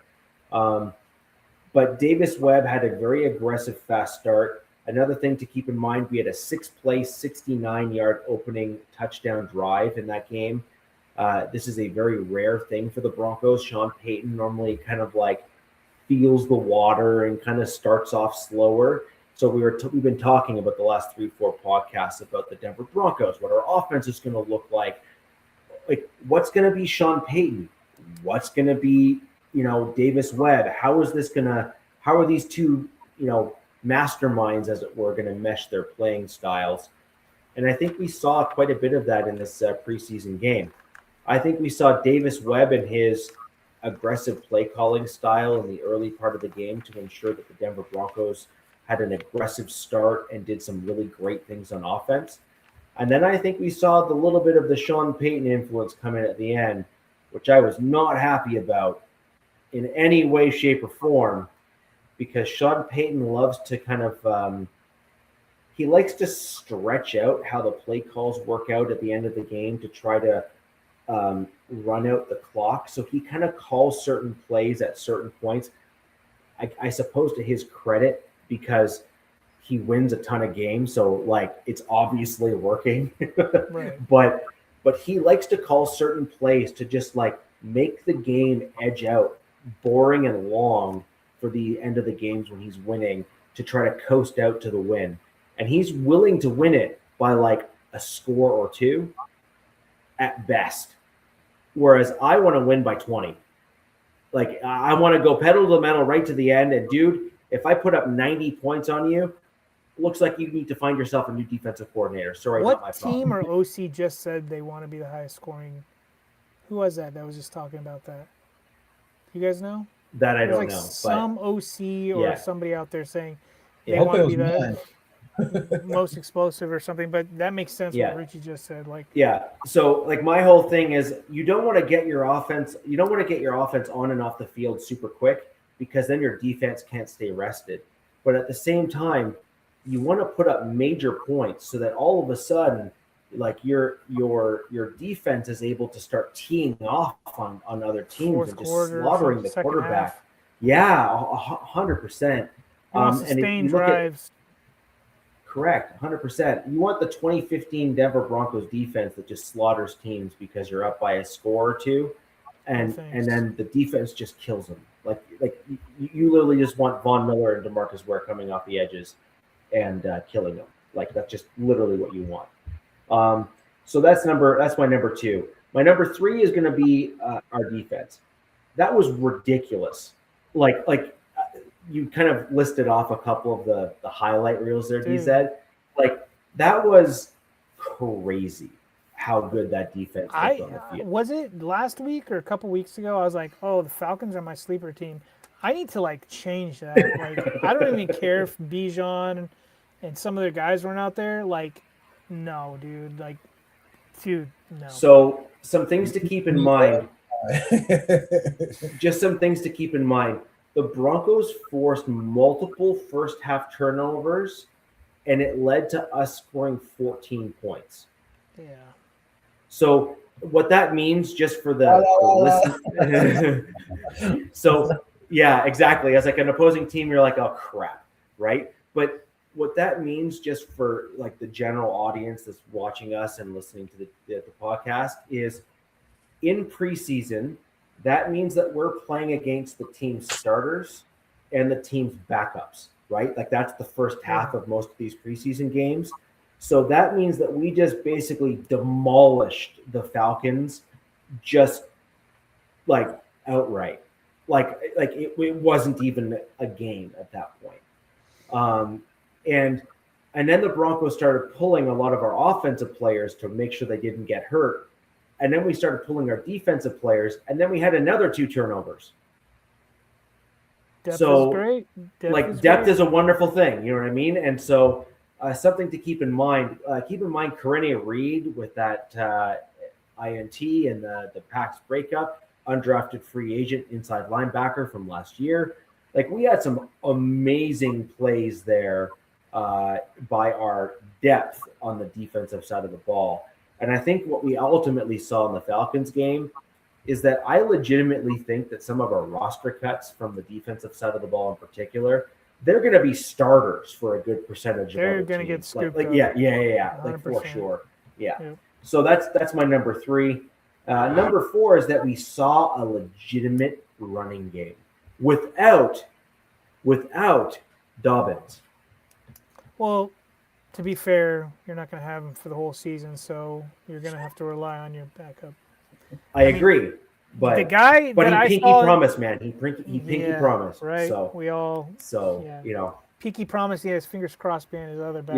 Yeah, dude, Coleman, and then even for Rebel Washington, like there's 2 new running backs in this division that look legit at AF, right? You know what I mean? Yeah. And especially with the Broncos, like RJ Harvey can literally just go to that whole pass catching role, third down back status. You know what I mean? That could be just his game. Maybe some special teams, and Coleman could just be that ground and pound kind of that guy. But that's exact. So, if you recall my comments in some of our earlier shows, and by the way, when we were on MHRT with the show before we moved over to our independent status right now, my comment, and it did not land well, but look at exactly what we saw in the first preseason game. RJ Harvey had a couple good runs, but not really. Most of his yards were picked up as that kind of like passing gadget style runner that kind of did some kind of decent stuff. I said from the get-go, RJ Harvey is going to be the upgrade to McLaughlin. He is going to be the guy, which is an unpopular opinion in Broncos country. And guess what? My answer to that is I don't care. Right. Like, look at what he's being used for, and look what he's good at. Yeah. RJ Harvey has been really good at pass catching, and from time to time runs fairly well up the middle, but most of the time tries to bounce it outside. But the guy, and there's a reason why the Broncos went out and got Coleman, Dobbins, basically going to be used as same, 1A, 1B. And then Harvey is going to be the... Dude, that's going to be a nasty duo. Yes. For however long, like, Dobbins stays healthy, like, just whatever. Like, just say he does. That's a nasty duo. And then just be like, RJ Harvey's like a third and whatever, and just be like, all right, run some gadget BS or whatever. Yeah, go get 30 yards just for fun is basically what that'll be. That's a nasty duo because Yeah. let's be fair, we can poke fun at Dobbins all we want, but when he's healthy, especially what we've seen under with Sean Payton with Top these 3, Broncos, top 5. he looks Yeah. really good. Yeah. He ran really well before he got hurt last year. Yeah, 100%. And then this is kind of where I bring up this. So this is Frank Crum. Crum, okay. He does look like a Crum, a cave. This is Frank Crum. Frank Crum is our depth tackle. He's a developmental player that was supposed to take that additional next step this year. In fairness, if I'm going to be honest, the dude's like 6'7" or 6'8". Like it's something stupid. Dude. Like the dude's massive. Okay. The dude is legitimately large. Sounds like our Dalton Wagner. Yeah, like he's legitimately large. And he got absolutely dog walked that game. Do you know by who? Like no, but I don't even know I don't think it mattered. He just got absolutely slaughtered. Whoever he was going against. Was he playing right or left tackle? Left tackle. Left tackle. Wow, so somebody Yeah. So he's Wow. 6 foot. He's 6'7", 315. So he's 6'7", 315. He's an athletic freak. I'm not even saying like the dude is like on a different level when it comes to athleticism.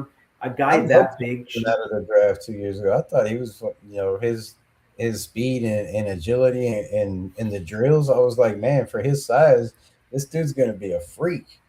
He is a freak. The problem is that he keeps on regressing from a technique perspective. He's super raw.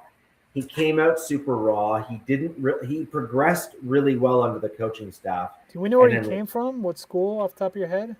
No. Rebel? I don't, unfortunately.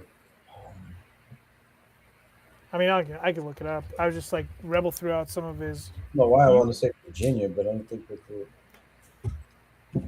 University of Wyoming. Wyoming, that's it. I knew it was one of those. Cowboys, Wyoming. Right? Wyoming. Yeah. So Isn't that where Josh the reason, Allen went? Yeah. Okay. The reason why I'm kind of centering out Frank Crum is just because he was the guy that all these Broncos analysts and podcasters and all this stuff were like, he's for sure making the Broncos 53-man roster and blah, blah, blah, blah, blah. And it's like, well, okay, but why? But why? Honestly, why? Like, why would he be the lock to make the 53-man roster? He was kept on the roster before. But at the end of the day, the Broncos paid an absolute premium for Tyler Miller, who plays the exact same position. And, oh, by the way, is both taller and bigger as a UDFA. And, again, I'm going to push back on the other nonsense that I was reading online and seeing online from these other podcasters out there in Broncos country. In my opinion, from what I saw from Tyler Miller, yeah, he had a couple of, welcome to the NFL rookie moments. Fair enough. He's a UDFA tackle who's got to grow and meet the moment when it comes to the NFL and the caliber of players here. But he had some incredible plays that were legit, like where you saw him just take a dude and say, I'm going to throw you as close to your end zone as I could possibly find. And he just blew guys up. And that's what you want from a UDFA tackle. You want a UDFA tackle to show the promise of the physicality, the stuff that cannot be taught. And then you work with that and then level up those skill sets as he kind of continues down and begins to grow. So overall, I'll take the clown Crum off the screen there. But does Crum get? I just looked him up. Looks like he gets perms. His hair's no, that's his. He always has that. That's been his deal. Like that's. And his I see his new nickname, Frank the Tank. Yeah, it's a great nickname, dude. You better be able to live up to it, buddy. But couple things to make note of. We had some special team issues. We had a blocked field goal. We had a poor snap from the backup long snapper. We had just some just real issues on special teams and backups, like overall on the line and everything like that. I would like to see guys like Tyler Miller and other guys that actually elevated their play that are in the deeper part of the offensive line, like with the third team. I'd like to see them, again, Rebel, just like we spoke about with Mendoza, give them their shot to start playing against better level talent in the preseason and get a better understanding of what you have on your roster. Like, I will kind of give my team the flowers here. We have a very good roster right now, like a very, very good roster. But the only way that rosters get better and remain a top, like an upper echelon team is you need to develop these young players that are on rookie contracts to offset the mega deals that you have to pay the superstars on your team. Bo Nix is coming due for a big contract. You have some big contracts on the defensive side. You have a cornerback that you're going to have to pay, whether it be Riley Moss or Jaquan McMillan. And we're going to need to find some offsetting talent on the offensive and even defensive side of the ball to bolster some of these positions. The fresh that was brought up by D-Rock as an example, he was legit as a gunner. What is he, a tight end, wide receiver? Yeah, he is a corner.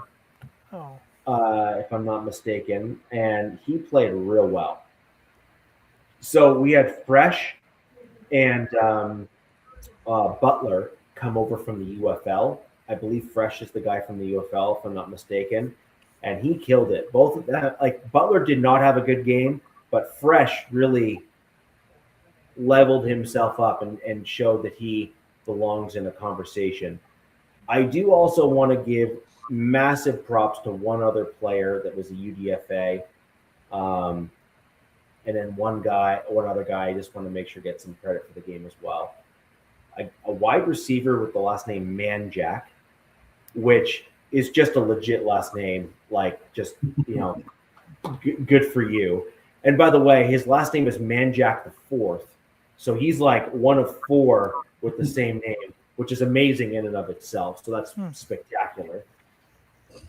I think he kind of elevated his name up the depth chart from being like second to last or last. And he's probably moved himself right up in some like legit playing time to get some real looks for my Denver Broncos. I mean, I don't see many opportunities for a lot of these guys making you 53, but definitely practice squad guys that could be brought up in case something happens, right? Okay. So here's my other thing. All right, cool. You're paying one of the cornerbacks because you want to continue to field an elite defense because you got Bo Nix there. Bo Nix and the offensive play caller that we have between Sean Payton and Davis Webb, we've proven that we can field a spectacular defense or offense rather, or at least a serviceable one without needing to pay an arm and a leg aside from having a solid offensive line. Now, if that's our approach to things, and Sean Payton has shown that over the years he does not necessarily like paying wide receivers like truckloads of money. That's kind of just not his MO. I would see us pulling what we've done with Devon Vele last year with another guy this year, or maybe another two guys this year. Yeah. Okay, cool. Well, let's say show them off and then show them off and send them off. Right? Yeah, exactly. Yeah. And so, like, that to me is the better approach. That to me makes the most sense. Is that we're not going to be able to pay these guys in like the $5 to $7 or $5 to $10 million range for the most part. So if you can't pay the guys, why not show them off and then trade them off? And so that's why I think that a lot of Broncos fanalists and even just analysts that are out there that are getting paid by these big networks, I think they're kind of overlooking the current cap situation. So we have the sports side of it, we have the entertainment side of it, but then we have the business side of it. Right. And I think that a lot of these guys, when they make these comments, are completely overlooking the business side of it. Like they just ignore it. They're like, what do you mean business? It's like, you're in a salary cap league, my man. You got to like use some common sense. And by when I mean sense, I mean like dollars and cents. Like you can't keep everybody. So, anyways, that's my Denver Broncos take here. I got to show off my my clown crumb, and I do honestly think that the Broncos are going to be pulling what you're going to be doing, Rebel, and Diza, I think you're going to see some stuff on your side as well. I think you're going to see some shifting of like third line to play with the second. You're going to see some shifting of fourth line moving to the thirds, and then some third line moving to the fourths, for example. And I think we're going to see a bit of an ebb and flow in this upcoming preseason game, because at the end of the day, this is where our teams, all of our teams, not just mine, not just Rebels, not just yours, or not even the Chiefs, this is where your true value comes out, where you get those UDFAs and late round draft picks like Red Murdoch, Mr. Irrelevant, who, by the way, was like amazing in that game. Yeah. This is where those true value guys start to show out and make the roster, if we're being honest. Yeah, Red's a monster. I had that kid in my top. I don't know how I had my top 15. He went UDFA, last pick, right? Mr. Irrelevant. Mr. Irrelevant. Yeah. There's always reasons why these guys fall, but we're not usually privy to it. It's usually medical, some personal stuff, because we know these NFL teams do their due diligence in looking into these guys. Some of the crazy stuff that they ask these players is, in the combine process. Yeah. So, Rebel, your highlights on your Raiders preseason game. We kind of touched on it a little bit with some of your comments earlier on Cousins versus Mendoza. What are just some other kind of dusting highlights in there, and we can start winding things down without having to say Mike Washington. Dude, I'll say Mike Washington. That dude killed it. I think I'm done then. I felt like, there's a couple positives. Kirk Cousins was 4 for 5 with 50 yards, came down, scored on the opening drive. I thought that was, a positive, but then we turned around and let them come down and score right on us, and then continue to score every time they touch the ball. So, there's some positives. Mendoza's, looking a little bit better. Got the coaching to where they're asking the question, do we need to get this kid more snaps, which I think says a lot, for maybe they're not so stuck in their ways of sitting the kid for, the whole entire season like some people think because of Tom Brady. So there are some positives. The offensive looks, a little bit better. But for me, I just want to, this game against the Houstons and their defense, whether they play their starters or not, I just want to see them look like a football team, right? Some consistency, right? Move the football, make it, it don't have to look easy, but just move the football consistently, no matter who's out there, right? Whether it's Mendoza, whether it's Kirk Cousins, whether it's Aiden O'Connell, who they put with the threes last week and looked like, just garbage. He looked like he had never played football before in his life. I mean, he had balls bouncing off of dudes' faces. First downs right through the hands, and he's just like, 2 seconds to throw the ball over and just, rush after rush. They pretty much blitz 5 or 6 every time he touched the ball. So just more consistency from the offensive line as a whole, a little bit more toughness out there. And then the penalties, you got to clean up the penalties and defense. I know Rob Leonard, it's his first year, hasn't really coached his team. So your team usually takes the identity of your head coach, and I don't really think he knows his identity yet. So it's going to take a little bit of time, to develop that and get these people to get the team to buy in. But Quay Walker looks good out there. Just been a monster and a menace, whether it's practice. Yeah, he had some plays. Yeah. Yeah, he's his instincts to the ball are going to be special. But it doesn't matter if everybody's not doing their 111. You can't be the only one doing your 111, right? So he can't be the only guy out there. I think they'll look. I know they'll look like a lot different defense with Max Crosby out there. I mean, that's needless to say, right? So, it's a tough task coming up this week. But last week, you got to clean up the mistakes. You got to find other receivers. I haven't heard anything from Trey Tucker. Where is Trey Tucker? Like, somebody find Trey Tucker. Can we get a Trey Tucker sighting? Throw the kid the ball. You got the fastest kid on the team, not As a touching the Trey Tucker football. fan, don't wrap him in bubble wrap and just open him up in week 1. Yeah, just Mr. Irrelevant out there. So, yeah, that's what I want to see. I want to see more consistency.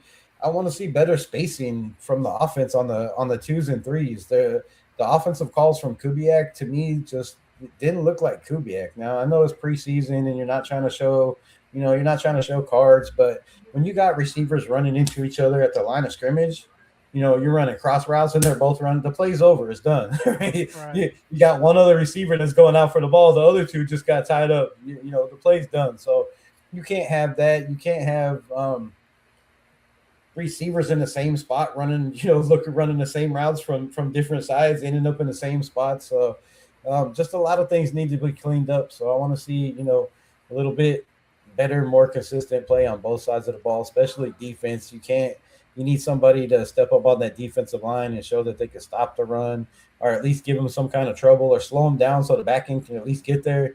It's a lot of problems. And if you watch football for the Raiders last year, then pretty much what it looks like so far. I mean, nothing really looked good other than the opening drive. So, yeah, Rebels, I wanna stupid see, question, but did Rob? I totally forgot too. Did he switch you guys to a 3-4 this year? yeah, they're in a 3-4 base, which I Okay. think they were pretty much in that 3-4 base the whole game against the Cardinals. They weren't showing any sub packages. They were moving guys around, but it was pretty much a 3-4 base. So, just a lot of things need to be cleaned up. A lot of things need to be cleaned up. From Which, by the way, sorry, that would have had an impact on what we saw on the field. Yeah, Because if you didn't switch into those sub packages, those routes that your guys got beat on badly you would have had different personnel on the field. Yeah. So I think that's important. Like, I think And that's then they very played- important. they played pretty much man. I think the whole game they wanted to put these young corners, to see what they have. And to me, it's kind of seems like this defense relies on them being able to play man. So Complete lot opposite of- what the Cardinals did, by the way. Yeah. So a lot of a lot total opposite. So a lot of cleanup on their end needs to happen. But unfortunately for us, they're going up against the Houston Texans. Their depth is probably better than a lot of our starters. I mean, just to be honest, they're a team that's been building for a long time. They got their quarterback in the draft a couple years ago. They had some dudes, but like their running back, God, I forget his name. Their backup Woody running Marks? back. No, let me see. What is his name? Keen, Whittington. Whittington? Noah Whittington. He looked pretty solid for them against us. You'll probably see him because I think DeMarco Houston. I think their coach said like if they're not going to run full starters against you guys tomorrow, I think you're going to see Noah Whittington, and then they're really high on their tight end dude from Germany. What the heck's his name? Sorry for interrupting, but I know you're playing these guys. Klein, he looked pretty solid for them as well. And then, their defense, Naquan Jones, why he's out there, I don't know. He's I guess he's their number 2, which is not a bad number 2. It's pretty solid. Jack Best, I think Jack Best had 3 catches in the last preseason game, all 3 for first downs, 1 for a touchdown. So He that's looked good. That's positive to see. Him getting separation, but somebody else has to step up. It can't just be him and Brock, or you got to get more out of the wide receiver group, especially going against this defense. And if Houston doesn't play their starters and they don't score more than 14 points in this game, bro, it's gonna be hard. It's gonna be hard this season again. It's a total unknown what they're gonna do, because then if they do play their starters, but at the same time, they just lost Jaden Higgins. I think it looks like they lost him for the year. They're losing some starters. So I think it's just Montgomery and Woody Marks and probably the running back. I think Dalton Schultz. I don't know if he's healthy or whatever, but I don't know. I think you're being a little hard on your team, rightfully so. That's fine. It's your team. I thought the ones looked solid. Now, I was kind of surprised with the defense how like everybody went 4 for 4, 5 for 5 against them. You would have thought that they would have created some stops Yeah. or like that's something that I'm like not to be that dickhead division opponent guy, but to be like, okay, like you don't want to see that this tomorrow. You want to see some stops. You Yeah, want to you see some gotta defensive have stops. somebody get that defensive pressure, at least Yeah, stop the run. I mean, right. they ran all over us. They ran all over us in the practice, Tuesday or yesterday. And now So I'm hearing people say, "Are we sleeping on the Cardinals? Like, are I they?" I think I've been on that boat. I'm a big Mike LaFleur fan. Like I Yeah. wanted Mike LaFleur that he was in the Raiders running, and I was that was my guy. I was like, go And get Mike LaFleur out of the I, Sean McVay tree. Like, how can you go wrong? And it might just be preseason, but it seems right. like he's grabbing the bull by the horns. He's not afraid to play the young guys. He's got Carson Beck out there starting in week 1, taking first team reps, and it just seems like a totally different coaching style than then Clint Kubiak, who just won a Super Bowl with a great defense. Also, what you said, like when we were kind of hinting at a complete opposite. I know we're getting on the Cardinals a little bit, but you said that they Rob Leonard like had your guys run man on man, right? He wanted to see probably who can do what. With rightfully Yeah, so, that's fine. yes.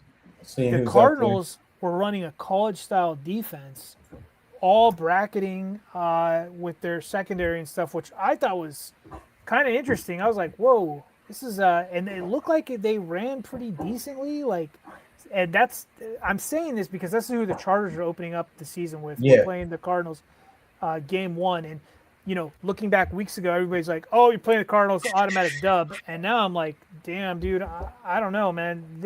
They might ran have the ball some, well too. yeah, they look well. They have a good. I like their running back room, to be honest with you. Yeah. So yeah, but go to the Raiders though for the Rebel. Like I thought your ones looked solid. Yes, I know you want to see more, and hopefully that's tomorrow night. Trey Tucker, I'm a Trey Tucker fan, so I'm like keep him in bubble wrap. But dude, Mike Washington and Genty together, like okay, that's a nasty duo as well. Yeah. Promises. We have a couple UDFA's like Cyan Sloan. A couple of these guys that have been stepping up. A couple of our draft picks that have played a little bit better than expected, like Hezekiah Massis, Mike Washington. So the future is bright. The future is bright. The problem is we have 17 games to play this year, and I can't stand to sit here and watch us just get dog walks week in and week out. So if it starts out like that in week 1 or 2, I wouldn't be surprised if a whole lot of changes are made, right? So well, to be fair, the schedule makers didn't do us any justice, Rebel. No. You or me and the Chiefs, and then Richie over there, they've got a 15th or whatever strength of schedule, so it's like average. So Yeah, go figure. Go figure. They win the division. No, but the Broncos start off the season though, and we were the worst team in the NFL. It just makes no sense to me. No, but the Broncos' strength of schedule to start off the season is an absolute gauntlet. Yeah, it's an absolute gauntlet. So if we're gonna be honest, like those first 6-7 games, I think it is bad. Like it's a hard schedule to start the year, and so the Broncos need to come out if we have any chance of doing anything deep into the playoffs. Need to come out and pretty much start knocking some of these top tier teams out. Actually, get the KO. So that's going to be the important bit. So I think that was an intro. Like I think this is literally one of my favorite times of the year is the preseason football game. I think I said it last show, and I truly mean it because we're seeing the young guys that we've been kind of following and watching in the practices and the training camps and all that stuff, and we're getting to finally see what they look like when they're on field, when we see them in action. Who are you guys playing this week? This week, Broncos are playing the Packers. And then Rebels, Houston, and then we're okay. Yeah. Chargers are. God, why did I just blink? Oh, Niners. And then Yeah, your Chiefs, Niners. I have no clue who the Chiefs are playing. Hey guys, I gotta jump off here. I'll see you yeah, guys. That's fine. We're closing out here anyways, so Sorry, that Rebel. will do it for the Wild Wild West anyways. Rebel, thank you for joining in.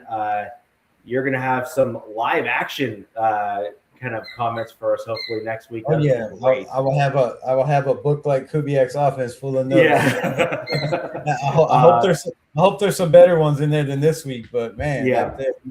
I wasn't too optimistic. I just had I was hoping it was going to be better, and coming out and scoring 14 points, and then scoring 14 points in the again yesterday or Tuesday, yesterday against them, and something's got to change quick. I know it's the preseason, but the season's getting close, man. The season's getting close. I'm not getting younger, so 100%.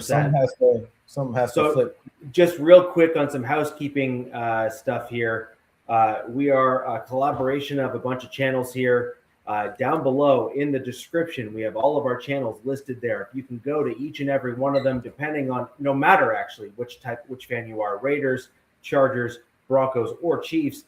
Go down into those channels down below, click on each and every one of them, and click that subscribe button.